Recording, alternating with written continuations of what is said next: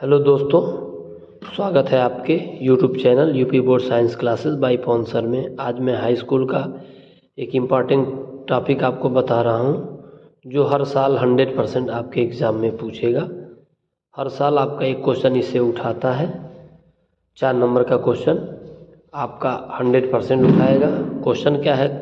सिद्ध कीजिए कि करड़ी में 7 एक अपरिमेय संख्या है। इसको देखिए दोस्तों, कड़ी में 7 की जगह कड़ी में 5 हो सकता है, कड़ी में 5 की जगह कड़ी में 3 हो सकता है, कड़ी में 3 की जगह कड़ी में 2 हो सकता है। मतलब ये 7 के जगह कुछ और भी हो सकता है, लेकिन प्रोसेस आपका वही रहेगा।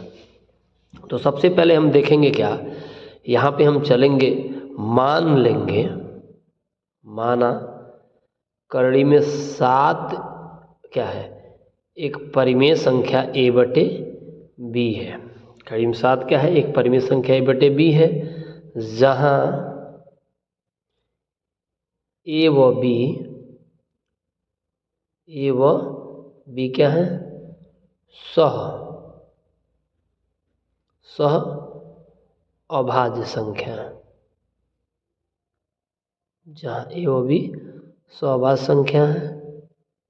याद रखिएगा, a और b एक परिमेय संख्या है, ये इसको हम परिमेय मान लेंगे। मान रहे हैं ना? तो सहअभाज्य संख्या का मतलब आप समझिए, दो संख्याओं का एक ऐसा समूह जिसमें एक अंक से यानी 1 के अतिरिक्त कुछ कॉमन न हो। जैसे अगर मैं एक एग्जाम्पल आप दे दूं, हालांकि ये एग्जाम्पल आप मत लिखिएगा परीक्षा में, सहअभाज्य को मैं समझाना चाह रहा हूँ, कोप्राइम जिसको अंग्रेजी में कहते हैं।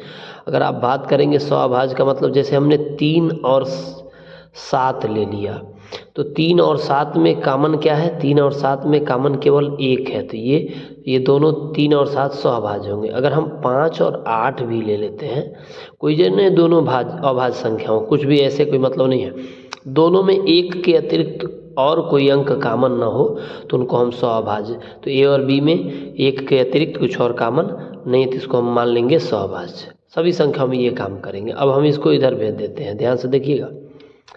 कड़ी में 7 है के साथ हम b भेज दिए और यहाँ पे a रख लिए, है ना। अब इसको इक्वेशन फर्स्ट मान के दोनों पक्षों का वर्ग कर देंगे, है ना। दोनों पक्षों का क्या करने पर, वर्ग करने पर। हम दोनों पक्षों का इसका क्या करेंगे, वर्ग करेंगे, ठीक है ना। जब वर्ग करेंगे तो आप ध्यान से देखेंगे, √7 का वर्ग क्या हो जाएगा। जैसे मान लीजिए हम इसका वर्ग करेंगे तो इधर का वर्ग ये होगा, इधर का वर्ग ये होगा, तो √7 का वर्ग क्या होता है, √7 का वर्ग 7 हो जाएगा। b का वर्ग b² = a²। अब हम कह सकते हैं a² जो है 7 से विभाजित है, a² 7 से विभाजित है, ठीक है ना जी। तो a भी 7 से विभाजित होगा, a भी 7 से विभाजित होगा, a² 7 से विभाजित है, तो यह लिख सकते हैं a² 7 से भाज्य है, स्क्वायर 7 से भाज्य है, तो a भी 7 से क्या होगा, भाज्य होगा।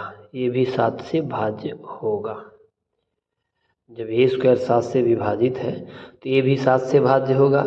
अब a 7 से भाज्य होगा अगर, तो a 7 से भाज्य होगा, तो हम मान लें a को कुछ और भी मान लेते हैं, a = हम फिर मान लेते हैं 7, और 7 के साथ कोई और एक पूर्णांक मान लेते हैं। इसको हम समीकरण नंबर 2 मान लेंगे, इसको समीकरण नंबर 2 मान लेंगे। ध्यान से देखिएगा, ये 2 मान लेंगे, पुनः इसका वर्ग करेंगे, पुनः वर्ग करने पर, पुनः वर्ग करने पर अगर मैं दोबारा वर्ग करूँगा तो आप देखिएगा a² हो जाएगा इधर, इधर 7 7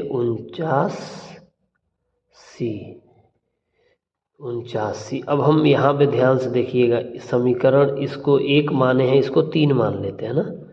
इसको क्या मान लें, 3 मान लें, इसको हम मान लेते हैं 2। अगर मैं बात करूँ 1 2 3 ये आपका हो जाएगा 4 हो जाएगा, तो 4 होगा। 1 और 4 का तुलना करेंगे तो देखिए a² इधर भी, a² इधर भी है, तो हम तुलना करेंगे तो कहेंगे समीकरण समीकरण 2 व समीकरण किसकी 4 की तुलना करने पर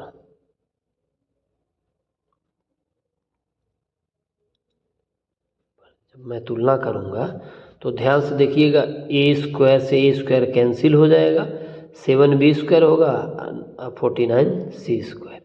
तो लिख सकते हैं 7b square equal to 49c यानी 49c। अगर मैं बात करूँ 7 कम में 7 7 7 49, तो b स्क्वायर इक्वल टू कितना हो जाएगा 7c होगा ना। तो हम आसानी से कह सकते हैं क्या, b स्क्वायर 7 से क्या है भाज्य है, b स्क्वायर 7 से भाज्य है ना। देखो b स्क्वायर का जो फैक्टर है उसमें 7 कॉमन है, इसलिए b स्क्वायर भी 7 से भाज्य है। इसलिए b भी 7 से क्या होगा भाज्य होगा, है ना। अब आराम से आप ध्यान से देखेंगे, यानी b का एक गुणनखंड 7 हो जाएगा, और यहाँ देखेंगे a का भी एक गुणनखंड, आप देखिएगा ध्यान से, यहाँ a भी 7 से विभाजित, a का भी एक गुणनखंड 7 हो जाएगा, यानी a और b में क्या कॉमन हो गया 7।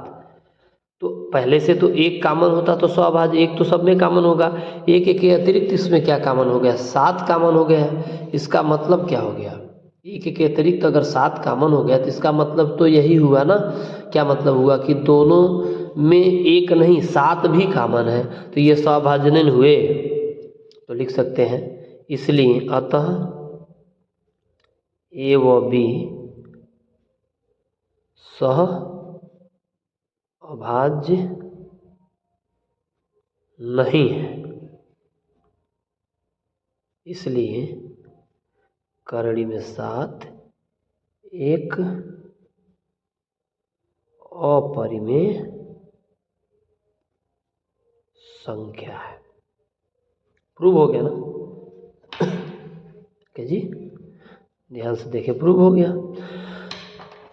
बात हमारी समझिएगा, हम मान लेंगे कड़ी में 7 क्या है a/b है जो परिमेय संख्या है, और a और b क्या है स्वभाज्य संख्या, मतलब a और b एक ऐसी संख्या है जिनमें एक के अतिरिक्त कॉमन नहीं है, ये हम मान रहे हैं परिमेय है, और a और b में एक के अतिरिक्त कॉमन नहीं है।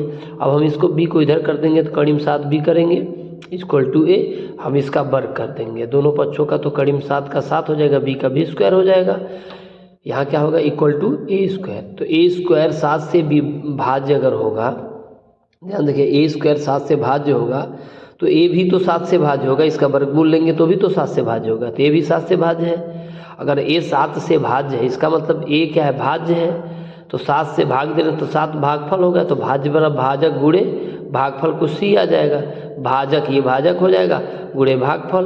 तो ए बराबर 7 लिख करके कोई एक पूर्णांक लेंगे, कोई भी एक पूर्णांक लिख लेंगे, यहाँ पे a बराबर 7 लिखेंगे, उसके साथ a और b को छोड़ करके c d कुछ भी पूर्णांक लिख लेंगे, तो a बराबर 7 थी, इसका वर्ग करेंगे तो a स्क्वायर बराबर 7 49c स्क्वायर हो जाएगा।